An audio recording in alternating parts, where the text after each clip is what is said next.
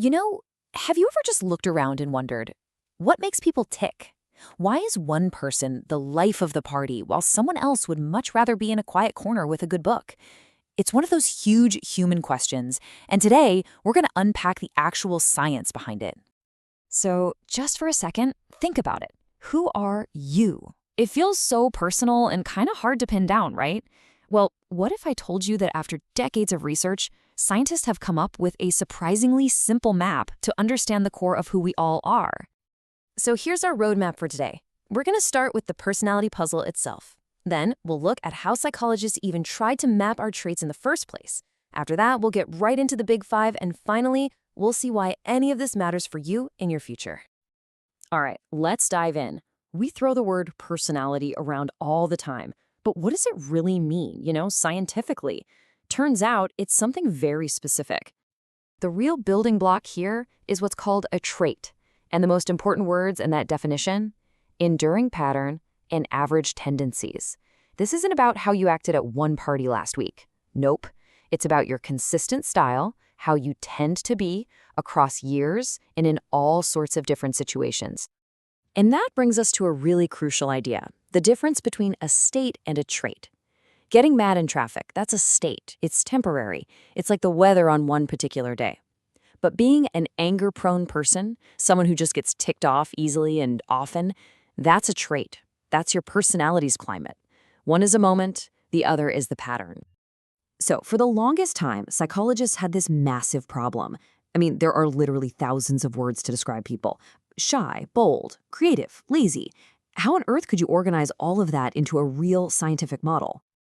And they sure did try. Early on, you had models with 16 different factors, which was just way too complicated. Then you had some with just 3, which felt, well, a little too simple. They needed something that hit that sweet spot, something that was both comprehensive but also useful. And then they had a huge breakthrough. And here it is. The big idea was actually beautifully simple. It's called the lexical hypothesis. The logic is this: if a personality difference is truly important for us as social creatures, we will have come up with a word for it. The really fundamental stuff is baked right into our language.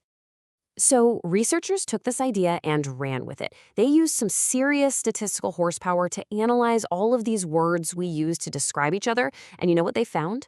Those thousands of words, again and again, pretty much boiled down to just 5 big, broad dimensions. This became the 5-factor model, or as we all know it, the Big Five. It's the gold standard now. Okay, so what are these famous 5 factors? The best way to picture them is like 5 different dials or sliders that make up your personality. And for each one, you're not just one thing or the other. You fall somewhere along a spectrum. And hey, there's a super easy way to remember them. Just think of the acronym OCEAN. So let's break down what each of these dials is actually measuring. First up, O is for openness. This is basically your curiosity and creativity dial. If you're high on openness, you love new things, new ideas, new food, new places. You're imaginative. If you're low in openness, you're more about consistency and routine. You're practical and find comfort in what you know. Next, C is for conscientiousness. You can think of this as your self-discipline dial. Someone with this dial turned way up is organized, reliable, and they get things done. In fact, it's the trait most linked to living a long life, probably because these folks are great at sticking to healthy habits. Someone with the dial turned down is more easygoing and spontaneous, which is great, but maybe not so great for deadlines. Then we've got E for extroversion. Now, this one's not just about being loud or chatty. It's really about where you get your energy from. High extroverts literally feel energized by being around people. A party charges their batteries. Low extroverts, or introverts, are the opposite. They recharge their batteries with alone time. They're not necessarily shy, they just find social situations draining after a while. All right, A is for agreeableness. This dial measures how you tend to treat others in your relationships. People high in agreeableness are friendly, compassionate, and cooperative. They really value social harmony. People on the low ends tend to be more competitive and even a bit skeptical. They're not afraid to challenge people and would rather be right than be liked. And finally, we have N for neuroticism, which is really just a fancy word for emotional stability. So if your neuroticism dial is high, you're more likely to experience things like anxiety and worry. You're more sensitive to stress. But if your dial is low, meaning you have high emotional stability, you're more likely to be secure, confident, and resilient when things get tough. So there you have it, the 5-factor map of personality. But okay, so what? Is this just a fun way to label people, or does it actually mean something? Well, the answer to that is a huge, resounding yes. These traits are so much more than just labels. They are incredibly predictive. They can give us real clues about major things in our lives, from what job we'll succeed in to how our relationships will go. I mean, just look at this. The research is pretty clear. Conscientiousness, for example, is one of the single best predictors for doing well in school and having job security. High agreeableness is linked to having a happier family life. Extroversion often predicts who will end up in leadership roles. And that emotional stability we talked about, it's a huge factor in your overall well-being. It's powerful stuff.